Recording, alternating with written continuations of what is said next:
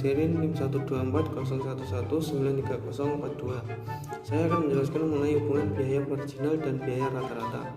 Biaya marginal, proses produksi sebagian besar bisnis pada akhirnya menghasilkan produk marginal tenaga kerja yang berkurang dan produk modal marginal berkurang.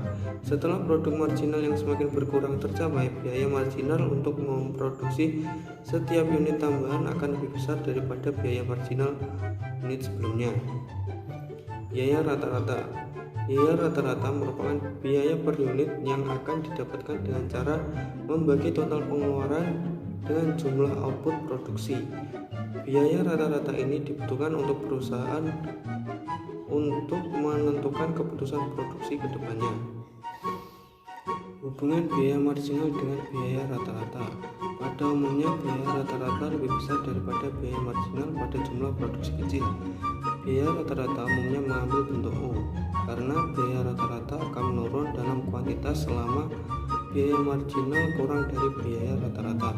Kemudian akan mulai meningkat ketika biaya marginal menjadi lebih besar daripada biaya rata-rata. Hubungan ini juga mengimplikasikan bahwa biaya rata-rata dan biaya marginal berpotongan pada minimum kurva biaya rata-rata. Biaya marginal MC adalah perubahan TC atau total cost tiap perubahan P. MC sama dengan delta TC per delta P.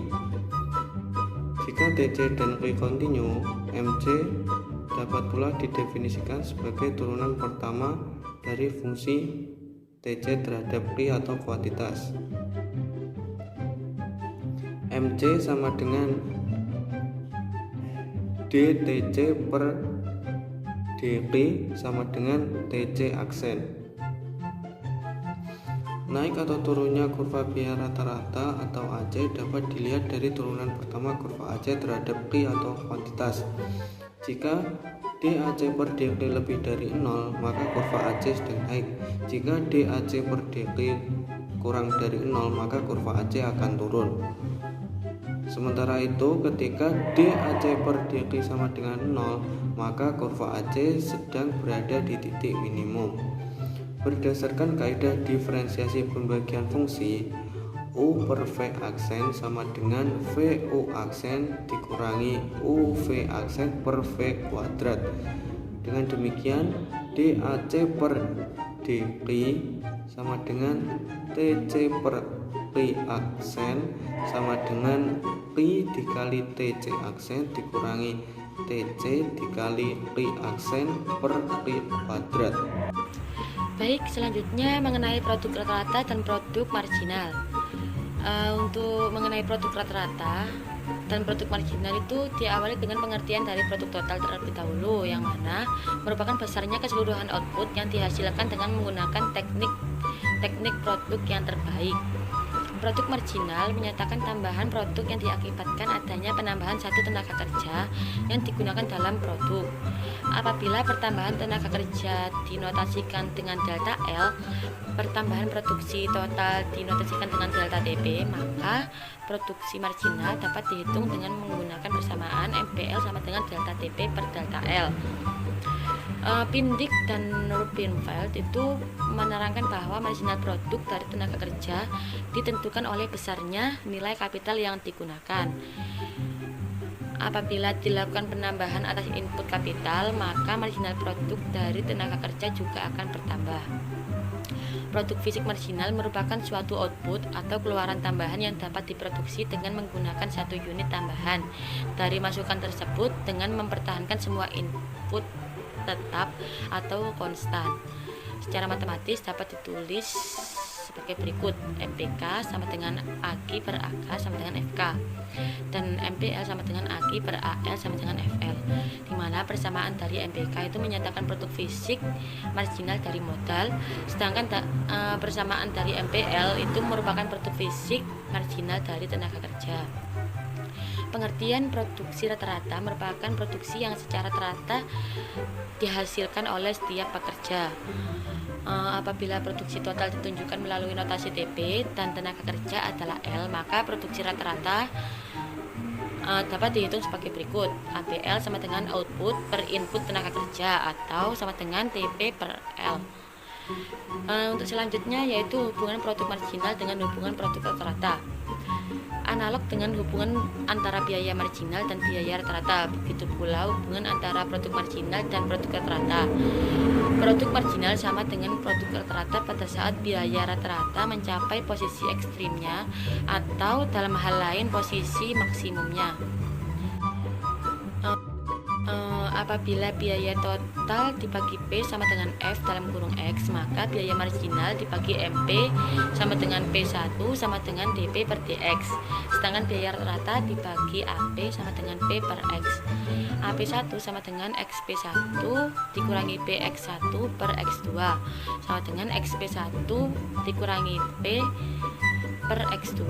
PX1 sama dengan P, sebab apabila P sama dengan P, maka P1 sama dengan DP atau DP sama dengan 1. Agar AP maksimum dibagi AP1 sama dengan 0, XP1 dikurangi P X per X2 sama dengan 0, P1 sama dengan P per X. Mengingat P1 sama dengan MP dan P per X sama dengan AP, jelas pada posisi AP maksimum dibagi MP sama dengan AP. DP per DX sama dengan P per X1. Baik, di sini saya Khairul Mustaqim, NIM 045 akan menjelaskan tentang contohnya. Jika P sama dengan 9x kuadrat min x3, maka produk rata-rata masing-masing adalah MP sama dengan P aksen sama dengan DP per DX sama dengan 18x min 3x kuadrat. Kemudian AP sama dengan P per X sama dengan 9x dan X kuadrat. Kemudian AC aksen sama dengan D AC per DX sama dengan 9 min 2x. Kemudian AC aksen sama dengan 0, kemudian 9 min 2x sama dengan 0, X sama dengan 4,5.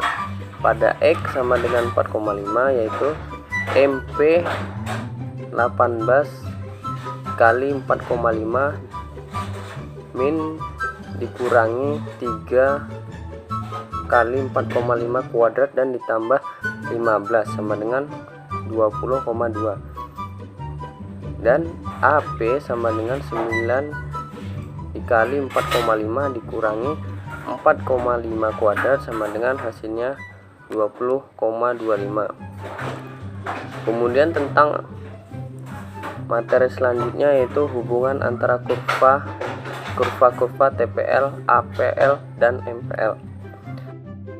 Seperti yang ditunjukkan dari gambar tersebut, dibagi ke dalam 3 tahapan, yaitu yang tahap pertama, pada awal setiap penambahan input tenaga kerja akan menghasilkan sejumlah tambahan output yang lebih besar, dikarenakan dengan kurva APL yang terus meningkat hingga titik E. Kondisi ini pada kurva TPL ditunjukkan pada titik A, di mana titik A menggambarkan batas di mana setiap tambahan output akan berkurang atau lebih kecil daripada setiap adanya tambahan input hingga sebesar L, yang berarti besarnya penambahan input sebesar L dan L akan menyebabkan tambahan output lebih kecil daripada penambahan inputnya. Batas ini untuk kurva MPL ditunjukkan pada titik D, sedangkan untuk batas penurunannya terdapat pada titik E. Yang kedua, tahap kedua ini yaitu tindakan produsen dalam menambah input masih dikatakan rasional karena masih menghasilkan adanya tambahan output, ditunjukkan melalui kurva APL yang semakin menurun setiap melewati titik E, yaitu memotong kurva APL di titik E di mana tambahan output ditunjukkan lebih kecil daripada penambahan input. Pada penambahan input sebesar L dan hingga L, rata-rata output ditunjukkan mulai berkurang. Total produk tenaga kerja TPL mencapai puncak di mana tambahan output mulai berkurang hingga pada titik C. Pada titik C, tambahan input dikatakan yang paling optimum di mana besarnya proporsi pertambahan output adalah sama dengan pertambahan inputnya. Yang ketiga, tahap kerja yang pada diawali pada titik C di mana setelah melewati batas penambahan input sebesar L, besarnya output mulai mengalami penurunan. Hal ini ditunjukkan melalui kurva TPL yang mulai menurun setelah melewati titik C. Kurva MPL yang menggambarkan adanya tambahan output ditunjukkan memotong garis horizontal pada titik F yang menunjukkan bahwa sudah tidak ada lagi tambahan output setelah input ditambah lebih besar daripada L. Terima kasih.